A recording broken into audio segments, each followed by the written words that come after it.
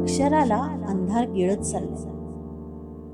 आता अक्षर आणि शाईचे खेळ संपल्यात जमाय. मोठमोठे कवी, लेखक, पत्रकार पेनाच्या शाईचं बोट सोडून टायपायला लागले. हातच्या अक्षराला ग्रहण लागलंय. पूर्वी कसं लिहिता लिहिता बोटांशी शाईची मैत्री व्हायची. शाई संपली की दौत आई बनवून पेनाच्या पोटात शाई टाकायची. वडिलांचा पेन मुलगा वापरायचा. रविवारी सर्व पेनांच्या निपा गरम पाण्यात धुवून पुसून काढायचे. त्यावेळेस शाईच्या पुड्या मिळायच्या. त्याची शाई बनवताना खूप मजा यायची. शाईत टाक बुडवून 3 रेघी वहीवर अ, आ, इ, ई असं लिहायचं. अचानक पेनातली शाई संपली की मित्राकडून 10 थेंब शाई उधार घेऊन ते दुसऱ्या दिवशी परत पण करायचे.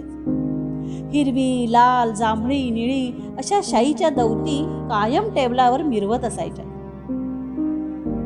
शाईच्या पेनानं कविता लिहिण्यात एक वेगळीच मजा यायची. पेन झटकला की पेनातून थेंब थेंब उडणारी शाई शाळेतल्या फरशीवर पडायची. होळीच्या आदल्या दिवशी मित्रांच्या पांढऱ्या शर्टावर पेनातल्या शाईची होळी एक चित्र विचित्र धमाल असायची. उघड्या पेनानं वार केला की पेनातली शाई रांगोळीसारखी उमटायची. खिशाला पेन लावून कुठे पेन गळला तर शर्टाची अक्षरशः होळी व्हायची. पण त्यासाठी पेनाचा कधी राग वगैरे आला नाही. शाई आणि प्रेमपत्राचं नातं काही वेगळंच होतं. आता टाक गेले, पेन गेले, मग रिफिल आल्या. त्या थोड्या बहुत अजून जिवंत आहेत. शाळेतही टॅब आलेत. सुंदर हस्ताक्षर स्पर्धा बहुतेक लयाला जाणार. प्रकाशकांकडे लिखित बाळ जायचं. आता पेनड्राईव्ह जातो. पेनाबरोबर कागदही संपत चाललाय. बातमी टायपून पाठवली की ती पहिली लागते म्हणे. हल्ली अक्षर लागत नाही अशी एक ओरड ऐकू येते. पण मी मात्र अक्षर जिवंत ठेवलंय.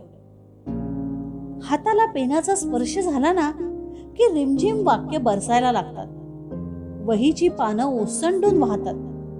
पण कौलारू घरं जशी दिसणार नाहीत तसं वहीवर शब्दही दिसणार नाहीत.